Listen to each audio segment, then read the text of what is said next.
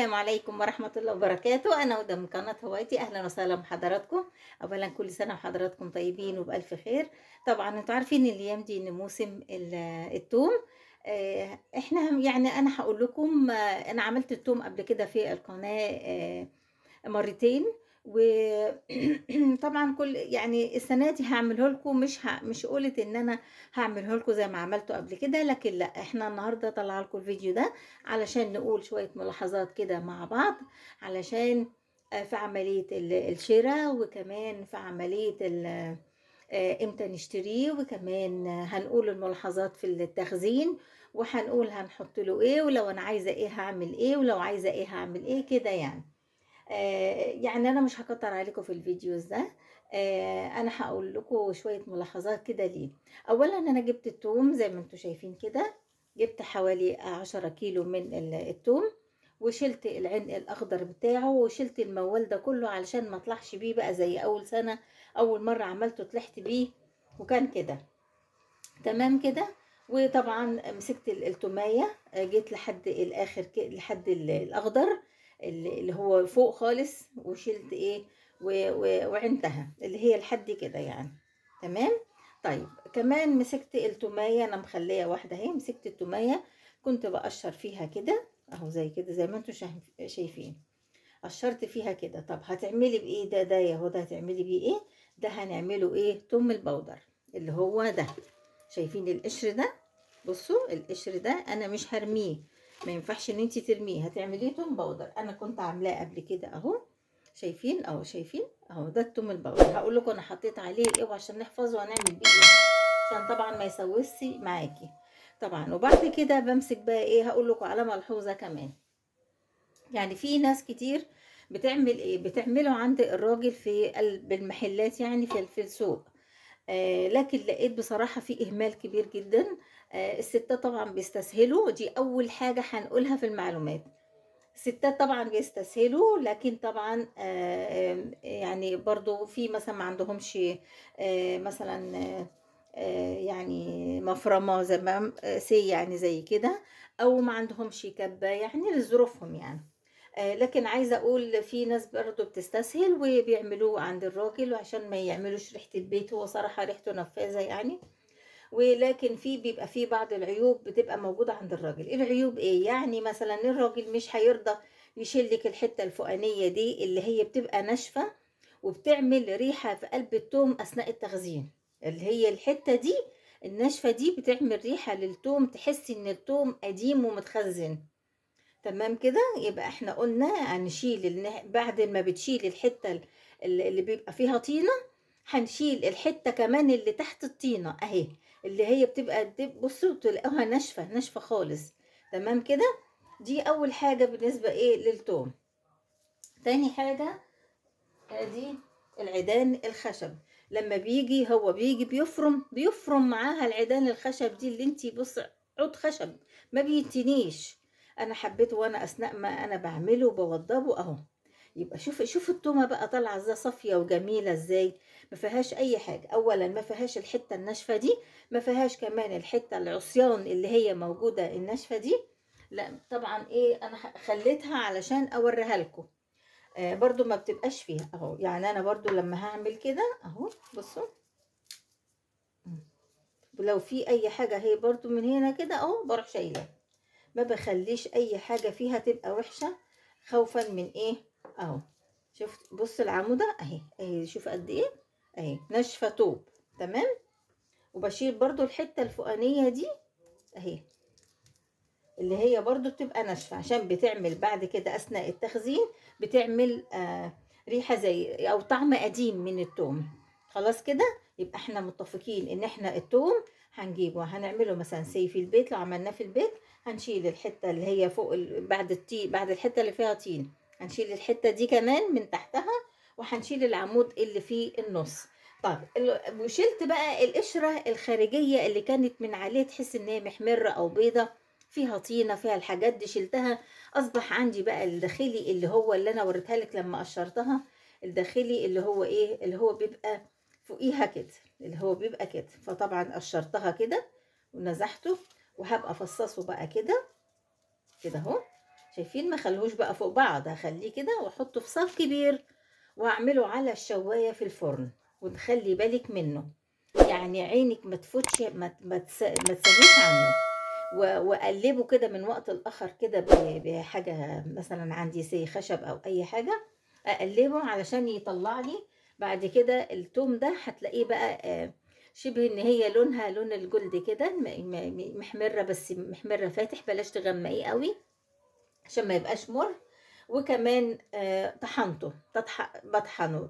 طب يا هدى طحنتيه بقى ازاي؟ طحنته في الكبه في المطحنه، سوري، المطحنه اللي هي بتاعه اللي هي بتاعت الفلفل والكده والكمون وكده. تمام كده، طحناه في المطحنه. طب حطينا له ايه علشان يبقى زي بتاع الشارع بقى وجميل؟ حطيت له شويه من الدقيق، شويه من الدقيق، وقلبتهم عليه، ادى اللون بقى الفاتح ده والجميل ده اللي انتوا شايفينه ده. ده بعد التحمير والتحميص كله. انا عملت لكم شويه بسرعه كده، حطيتهم في الفرن وطحنتهم، وغلبه يعني شويه الموضوع، بس بتاخدي حاجه بقى نضيفه وزي الفل. وحطيت له شويه ايه، شويه دقيق. طيب انتوا عارفين ان الدقيق من وقت لاخر ممكن يسوس، صح كده؟ طيب عندنا حاجتين بحفظ بيهم، ايه هي بقى؟ بحط له شويه ملح زي كده، بحط شويه ملح اثناء ما انا بحط الدقيق وبضرب التوم، بحط شويه ملح. يبقى انا حطيت الماده الحافظه بتاعته ايه، حطيت علشان فيه شويه دقيق. طب انا مش عايزه احط دقيق اهو، ده ما تحطيش دقيق خلاص، بس هيبقى لونه غامق شويه. تمام كده، احنا بنقول لو عايزينه فاتح زي بتاع الشارع، بيبقى بحط له شويه دقيق، مش دقيق كتير بقى، يعني معلقه كده كبيره، على ما اكون مثلا على البرطمان ده كله يعني. وبعد كده بحط شويه الملح. الملح ده ماده حافظه. طب ممكن نحفظه بايه تانية؟ باخد شويه رز وبحطهم في سره كده، وبحطه في قلب ايه، في قلب البرطمان، يعني زي برضو كده. بصوا انا عامله البصل برضو، البصل البودر، شايفين لونه؟ طبعا برضو ده انا بخليه برضو بيبقى عندي من السنه للسنه، بيجرالوش اي حاجه في المطبخ طالما ما فيش فيه رطوبه والبرطمان مقفول حلو ومحكم كويس، بيبقى خلاص انا مش خايفه من اي حاجه. طيب يبقى احنا خلصنا من الملاحظات اللي احنا قلناها بالنسبه للعود الخشب، وبالنسبه اللي هي العنق اللي هو ده اللي بيعمل ريحه للثوم اثناء التخزين. كمان عندنا ان احنا قلنا هنعمله في الفرن تحت الشوايه، ونخلي بالنا منه. وبعد كده بنفرمه، وقلنا ماده الحفظ بتاعتها ايه. طيب بعد كده هنفرم بقى ده، هنفرمه بقى زي ما احنا عايزين. انا كنت السنه اللي فاتت عملت العنق الخشب اللي هو الاخضر ده، كان في حته كبيره تقيله كده، عملتها وخليته طحنته مع شويه من دوا، وخليته كان للسمك بس. يعني ممكن تخلي برضو العنق الاخضر اللي هو مخارجي من تحت، مش الشرشوبه، لا اللي هو من فوق يعني، اللي هو بيبقى قريبه بعد كده، اللي هو بيبقى على الطول ده كده، شايفه؟ ده ممكن تخليه وتعمليه تطحنيه مع شويه برضو بيور من كده من الدوا من الثوم. وكمان تروحي عامله ايه، تروحي طحناه وتحطي له برضو شويه الملح، شويه ايه، نقطتين من الخل، وتخليه وتخليه اللي بيبقى ده تتبيله للسمك. تمام. طبعا انا مش هثقل عليكم السنه دي، فيديو ده معلومات. انا حبيت ان انا اقول لكم ان انا لو بحفظ الثوم البودر ازاي، بعمله ازاي وبحفظه ازاي، كمان ده بيتعمل ازاي. تمام كده. وكمان دوا بقى انا هفرمه دلوقتي لحد ما اخليه ناعم. وبعد كده ماده الحفظ بقى هنا كمان في حاجه بقى بالنسبه للثوم، احنا خلصنا من ده وقلنا بيتعمل ازاي وماده الحفظ. طب ده كمان هنعمله ايه؟ ده هحط له ملح، وهحط له للكميه دي كلها يعني حوالي نص كوبايه خل. تمام كده، على 10 كيلو نص كوبايه خل. وكمان هحط ايه مثلا 3 4 معالق من الملح، وانا اثناء ما بفرمه. بعد كده هقلبه كويس وهحطه في ايه. طبعا انا شفت معذره، يعني شفت بعض الناس حاطينه في اكياس. عايزه اقول لك ان الكيس في الفريزر بيعمل ريحة جامدة جدا، ومهما تاخدي منه وتفتحي وتعملي برضو بيبقى برضو يعني مفتوح، فبيبقى برضو بيعمل ريحة جامدة. طيب امال هنعمل ايه؟ هحطه في برطمانات زي اللي هي بتاعت العسل الكيلو دي، او اي علبة بقى محكمة مقفولة خالص تحطيه فيها. تمام كده.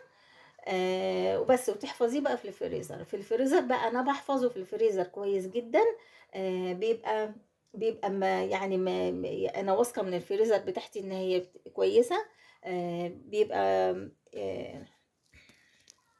بحفظه بقى من السنة للسنة طالما الفريزر كويس. بحفظه من السنة للسنة. بطلع لو أنا مثلا عندي مثلا طبخة ولا حاجة، بطلع منه البرطمان، باخد حتة أو معلقة ناشفة على قد الطبخة أو اللي أنا هعملها، وبقفل البرطمان وبحكمه خالص، وبحطه برجعه في الفريزر تاني. تمام كده. طب أنا لو عايزة أدخل معاه، اعمل معاه مثلا مع التوم ده اعمل شطه، اعمل هريسه، بحط برضو شويه من التوم ده واعمل الهريسه معاه، الفلفل معاه. وبعد كده بحط، بعد لما بضرب بقى، مش اثناء الضرب، بعد ما بضرب خالص اروح حاطه شويه الزيت واحط الملح. وكمان لو انا عايزاه اخضر برضو بعمل نفس الحكايه، توم مع الفلفل الاخضر الحامي.